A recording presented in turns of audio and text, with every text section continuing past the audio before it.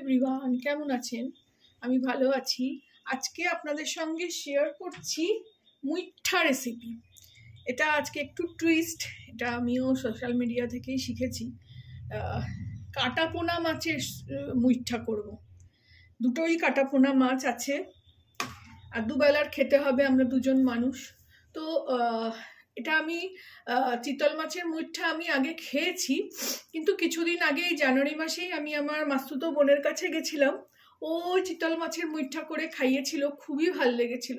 কিন্তু সবসময় তো চিতল মাছ পাওয়া যায় না, তো ওই মুইঠা করব ভাবতে ভাবতেই সোশ্যাল মিডিয়ায় দেখলাম যে কাটাপোনা মাছের মুইঠা করছে। তো সব জায়গায় তো ওরকম পাওয়া যায় না যে চিতল মাছ, তো সেই জন্য ওটা দেখে আমি খুব ইন্সপায়ার হলাম।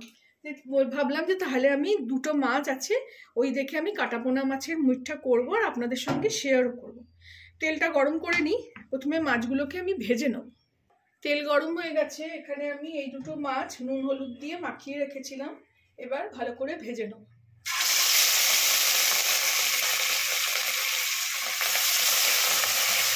আপনারা এই মাছটা সেদ্ধ করেও করতে পারেন, কিন্তু সেদ্ধ করলে ওই জলটা ফেলে দিতে হবে, নষ্ট হবে, তারপরে ভাজলে আষ্টানি গন্ধটাও থাকবে না।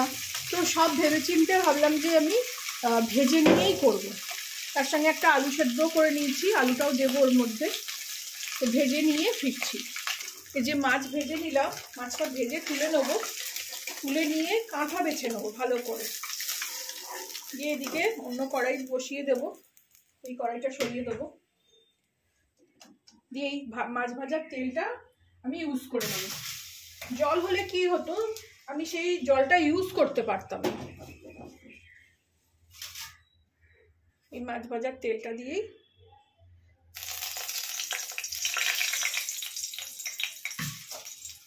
না, মুইঠাটা আগে ভাজতে হবে, মুইঠাটা না ভেজে করা যাবে না। তো ভুল করলাম, এটাকে আবার আমি সরিয়ে ঠিক করে নেবো।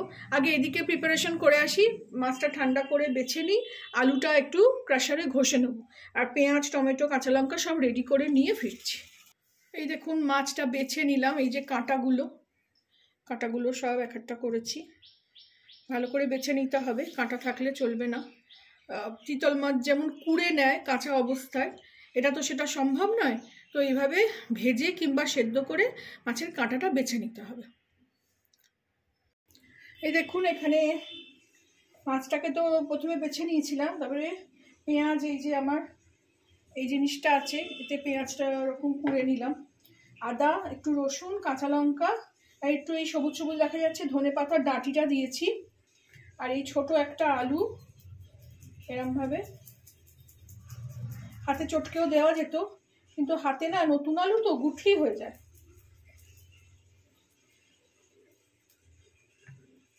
একটা আলু এরম ক্রাশ করে দিয়ে দিলাম।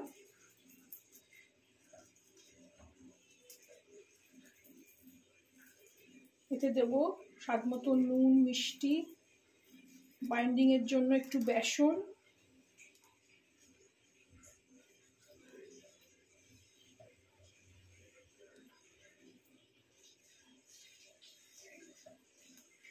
ভালো করে এটাকে চেঁচে নিলাম।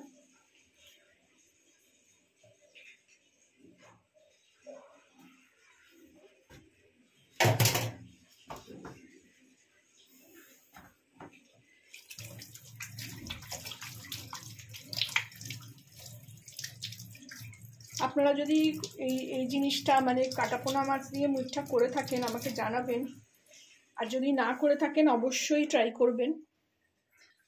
এবার দিয়ে দেবো এই যে বেসন, একটু বেসন দেবো যাতে বাইন্ডিংটা হয়।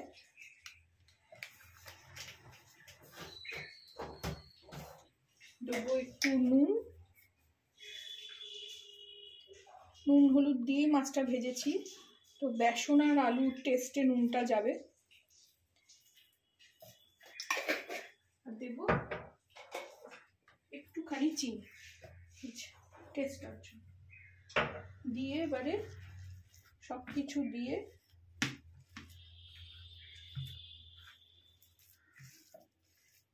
এই দেখুন কাঁটা রয়েছে, এইগুলো একটু দেখে নিতে হবে শুধু।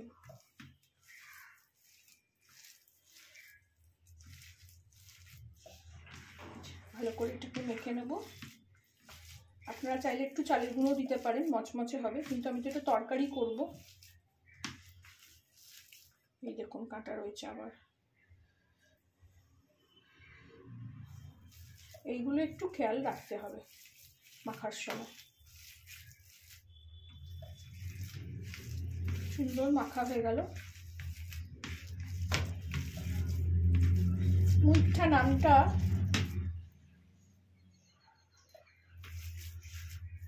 এই যে হাতের মধ্যে মাছের এটাকে নিয়ে এইভাবে মুঠো কোটো করে করা হয় বলে এর নাম মুইঠা।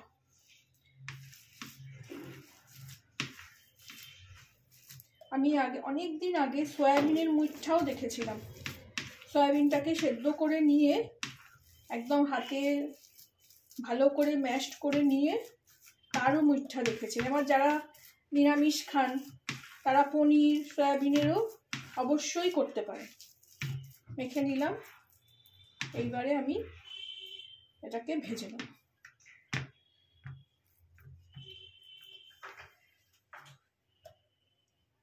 এদিকে তেল গরম হচ্ছে, আমি এরকম হাতে তেল মাখিয়ে নিয়ে মুইঠাগুলো গড়ে নেব।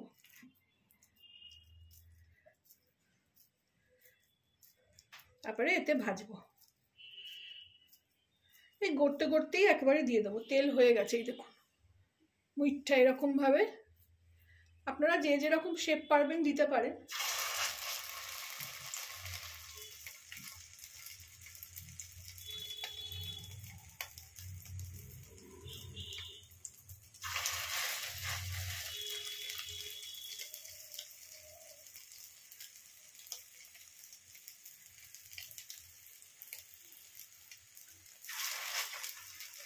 সাইজটা ডিপেন্ড করছে আপনাদের নিজেদের ওপর কীরকম ভাবে করবেন। এরকম মানে ফ্রিজে দুটো মাছ থাকলে অনেক লোক, তো এইভাবে মুইঠা বানিয়ে করাটা খুব সোজা। ইনগ্রিডিয়েন্টস পেঁয়াজ রসুন আদা এসব আমাদের ঘরেই থাকে। মেয়েকে একটু টেস্ট করালাম, মাখাটা হলো খুব সুন্দর হয়েছে।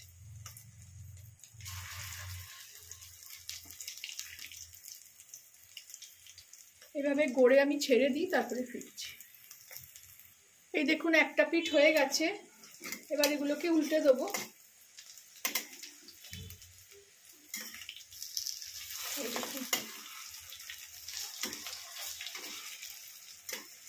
আমার নিজের করেও খুব ভালো লাগছে।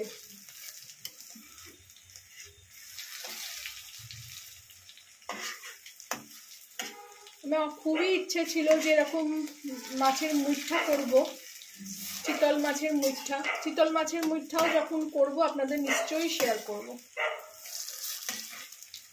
এই যে সবগুলো উল্টে দিলাম, এটাও ভালো করে এক পিঠটা হয়ে যাক। এই দেখুন দু পিঠটাই ভাজা হয়ে গেল। এবারে একটা একটা করে তুলে নেব। এই যে এদিকটাও ভাজা হয়ে গেছে। এইটা পরে দিয়েছি, এটা একটু মনে হচ্ছে হবে, একটু করে নিই, কারণ মাছও ভাজা আলুও সেদ্ধ সবই মোটামুটি রেডি। এবারে গ্রেভিটা করলেই হয়ে যাবে। গ্রেভিটা আমি একদম সাধারণভাবেই করব।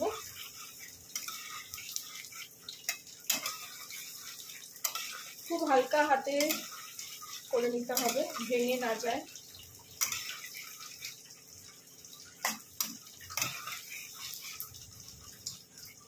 এইভাবে তুলে নেবো সব। এবারে যেটার মধ্যে মেখেছিলাম সেটার মধ্যেই তুলে দিচ্ছি।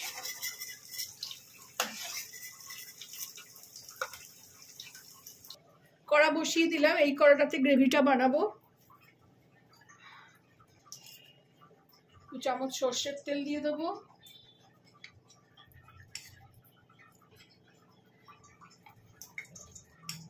তিন চামচ দিলাম। তেলটা গরম হোক।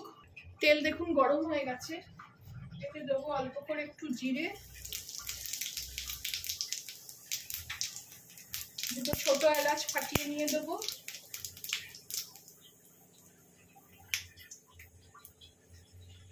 দুটো লবঙ্গ দিলাম, একটা ছোট দারচিনি আমি ভেঙে দিলাম, একটা ছোট তেজপাতা।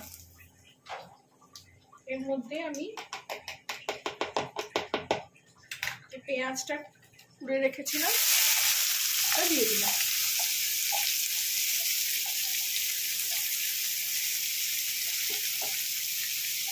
এটা এবার ভালো করে ভেজে নেব।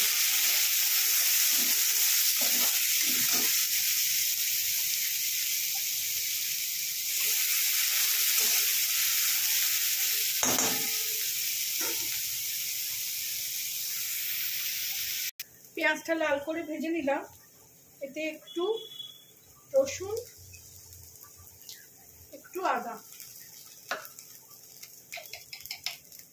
আর এই যে মশলাটা লঙ্কা আর টমেটো, দুটো ছোট ছোট টমেটো ছিল, সেটাও দিয়ে দিলাম। এবার এটা ধোয়া জল একটু দেবো। আঁচটা কমিয়ে রেখেছি যাতে পেঁয়াজটা পুড়ে না যায়।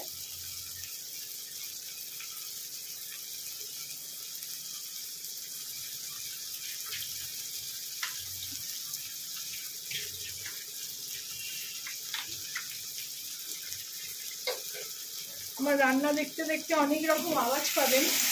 আমি ভয়েস ওভার দিই না, আমি একদম ডাইরেক্ট লাইভ করি এগুলোকে। এই বাটিটা ধুয়ে একটু জল দিয়ে দিলাম।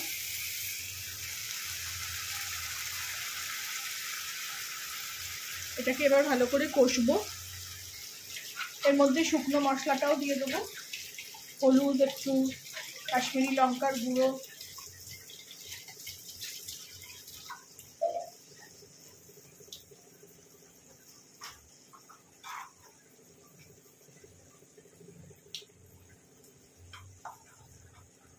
একটু ধনে গুঁড়ো দিচ্ছি, কাশ্মীরি লঙ্কার গুঁড়ো,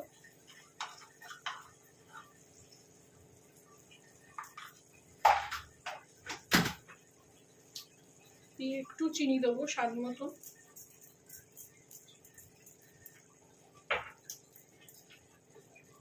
দিয়ে এটাকে এবার একটু ভালো করে কষে নেব। আঁচটা জোরে দিয়ে দিলাম।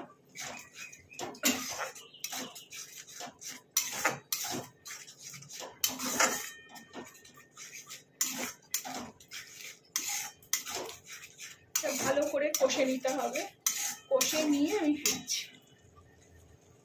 এই দেখুন ভালো করে কষিয়ে নিলাম, তেল ছেড়ে আসছে। এবার আমি দুটো আলু সেদ্ধ করে রেখেছি, একটু আলু দিয়েই করছি। আপনারা আলু ছাড়াও করতে পারেন।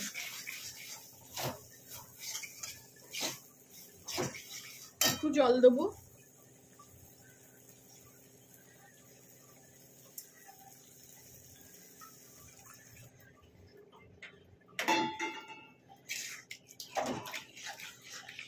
বেশি কারি রাখবো না, একটু শুকনো শুকনো করে করবো। আলুর সঙ্গেও এটা ভালো করে কষিয়ে নেব। এই সময় আমি একটু ধনেপাতা হাত দিয়ে এরম ভাবে ছিঁড়ে ছিঁড়ে দিয়ে দিলাম। অনেক অনেক বছর আগে সঞ্জীব কাপুরের থেকে শুনেছিলাম যে ছুরি দিয়ে কাটার থেকে হাত দিয়ে এরম কেটে দিলে তার গুণাগুণ মানে আরো ভালো থাকে, আর গন্ধটাও খুব ভালো বেরোয়।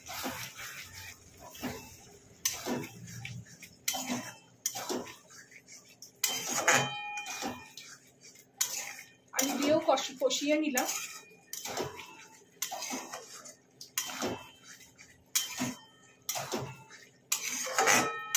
এরপর একটু অল্প করে জল দিয়ে দেবো।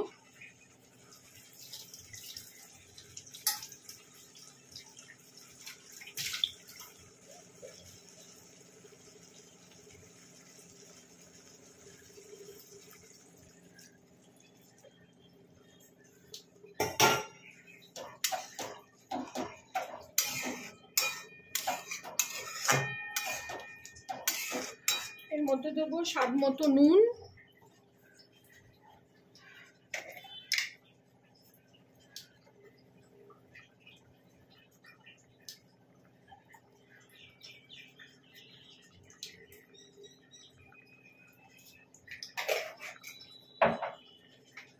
একটু দেবো আমার ঘরে তৈরি করা গরম মশলা,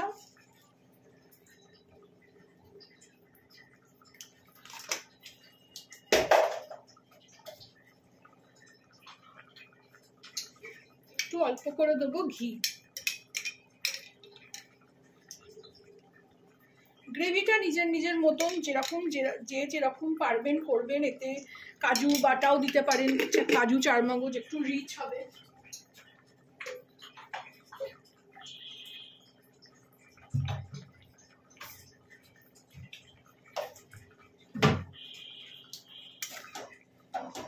ভালো করে নাড়িয়ে দেবো।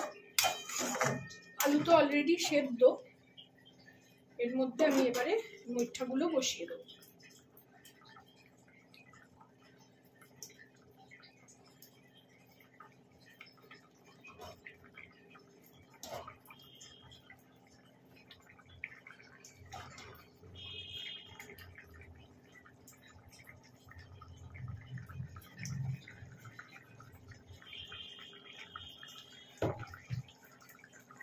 একটু কমিয়ে দিয়ে একটু রাখবো, এর মধ্যেই ঢাকা দেওয়ার দরকার নেই। কি দারুণ কালারটা এসছে দেখুন। Last for not the least, এবারে একটু করে ওপর থেকে কেওড়া জল আর গোলাপ জল ছড়িয়ে দেবো, যাতে একটু শাহি ব্যাপারটা গন্ধটা আসে। এই দেখুন, এটা হলো রোজ ওয়াটার। এটাও একটুখানি মানে 1-2 ড্রপ করে, এর থেকে বেশি দিলে বেশি গন্ধ হয়ে গেলে খেতে ভাল লাগবে না। আর একটু দেবো কেওড়া জল। রেডি হয়ে গেল আমার পোনা মাছের মুইঠা। এই দেখুন কেওড়া জল, এটাও দিয়ে দেবো একটুখানি। এগুলো সব আমার বিরিয়ানি করার জন্য আনিয়ে রাখি।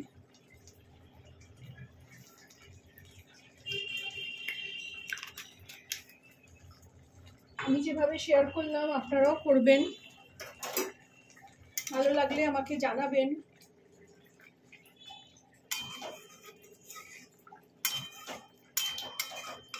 এবার এটাও নরম হয়ে গেছে, বেশি ফোটাবো না, ভেঙে যাবে। আজ অফ করে দেবো, এবার ঢেলে নেবো। গ্যাস অফ করে দিয়েছি, এবার এটাকে ঢেলে নেবো। এই পাত্রটা ঢেলে নেবো।